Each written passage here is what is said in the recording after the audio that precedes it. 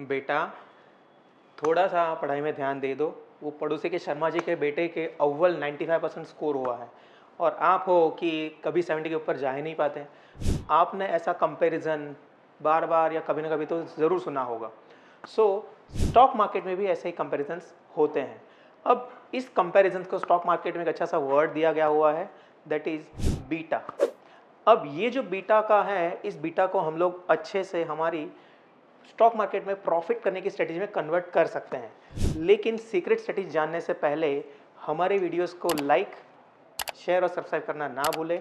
इस वीडियो को सेव कर लीजिए, हमारे चैनल को सब्सक्राइब कर लीजिए। अब सबसे पहले इस बीटा में होता क्या है कि एग्जैक्टली बीटा है क्या? मान लेते हैं कि मार्केट में सबसे बेस्ट रिटर्न कौन देता है। ऐसे केसेस में नॉर्मली इंडेक्स को एज अ बेंचमार्क कहा जाता है, यानी कि निफ्टी है, बैंक निफ्टी है, सेंसेक्स है, कि इनका मूवमेंट कितना आ रहा है। सपोज कि हम एक एग्जांपल लेते हैं कि अगर निफ्टी बैंक निफ्टी के अंदर मान लेते हैं कि 1% का मूवमेंट आ रहा है, यानी कि ये हर रोज़ 1% का फ्लक्चुएशन कर रहे हैं। तो ऐसे केसेस में सेम केस में कि स्टॉक्स में मूवमेंट कितना आ रहा है, कि अगर निफ्टी अगर 1% ऊपर जा रहा है और स्टॉक भी अगर 1% ऊपर जा रहा है, तो ऐसे केसेस में इसे कहा जाता है इक्वल बीटा। फिर अगर निफ्टी अगर 1% ऊपर जा रहा है लेकिन हमारा जो स्टॉक है वो 2% ऊपर जा रहा है, ऐसे केसेस में इसे कहा जाता है high beta. It's a high beta stock. और अगर मान लेते हैं कि अगर निफ्टी 1% प्लस माइनस हो रहा है लेकिन हमारा जो स्टॉक है वो सिर्फ 0.5% ही अप डाउन कर रहा है, तो ऐसे केसेस में इसे कहा जाता है लो बीटा स्टॉक। इवन कुछ कुछ स्टॉक्स ऐसे होते हैं कि जहां निफ्टी प्लस 1% बढ़ रहा है लेकिन जो स्टॉक है वो माइनस 1% जा रहा है, तो ऐसे केसेस में इसे इन्वर्टेड बीटा भी कहा जाता है। अब ये नॉलेज हमें कैसे हेल्प करेगा?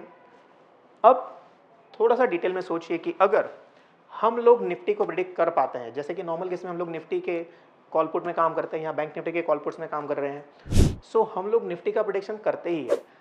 अगर हम लोग ऐसा प्रिडिक्शन कर रहे हैं कि निफ्टी यहाँ से 1% ऊपर जाने की संभावनाएं हैं, हम लोग यहाँ पर इसे कैसे यूज़ करेंगे कि अब जहाँ पर भी जो कोई कंपनी अगर निफ्टी के 1% ऊपर जाने से अगर वो कंपनी 2% ऊपर जा रही है, हम लोग क्या कर सकते हैं, उस कंपनी के स्टॉक में जाके उसके कॉल पुट में काम करेंगे तो हमारा रिटर्न डबल हो जाएगा।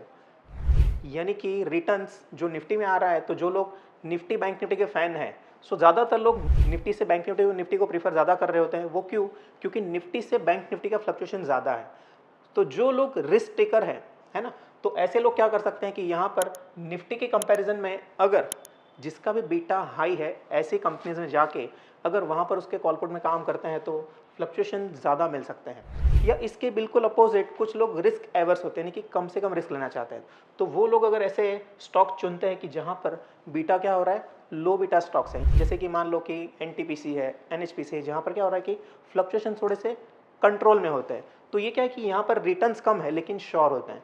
जहाँ पर एक तरीके से अगर बीटा हाई आ रहा है, तो ऐसे केस में रिटर्न क्या होंगे कि एक तरीके से रिटर्न ज़्यादा मिलते हैं लेकिन आपकी सिक्योरिटी यानी कि श्योरिटी भी थोड़ी सी कम हो जाती है।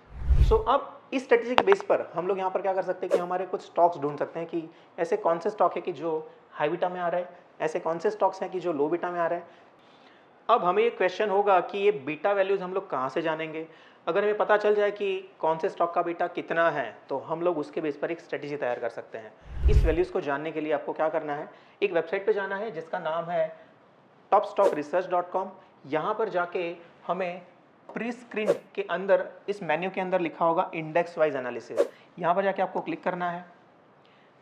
इसके अंदर यहाँ पर बिल्कुल टॉप पर ओवरव्यू स्टॉक लिस्ट के साइड में यहाँ पर लिखा हुआ है बीटा।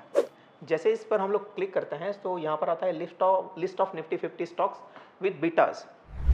अगर हम लोग यहाँ पर देखेंगे कि अदानी एंटरप्राइज की, जिसका अगर हम लोग डेली 1 मंथ का रेंज का देख रहे हैं तो यहाँ पर इसका बीटा अभी आ रहा है 0.5 का आ रहा है, लेकिन अगर हम वीकली 1 ईयर का रेंज का देख रहे हैं तो यहाँ पर ये आ रहा है 2.87।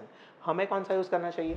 आपको शुरुआत में यूज़ करना चाहिए डेली 3 मंथ्स रेंज की। यहाँ पर शॉर्ट टर्म का बीटा कितना आ रहा है, कि शॉर्ट टर्म में शेयर का फ्लक्चुएशन कितना चल रहा है।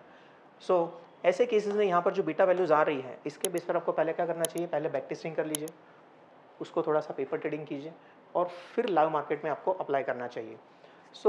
अब ये जो बीटा वैल्यूज़ हैं, इसके बेस पर भी आप लोग अच्छे से, यानी कि अगर स्टॉक सिलेक्शन अगर आप अच्छे करते हैं, मान लेते हैं कि से कि निफ्टी के कंपैरिजन में हम लोग बैंक निफ्टी में ज़्यादा प्रेफर करते हैं क्योंकि फ्लक्चुएशन ज़्यादा है।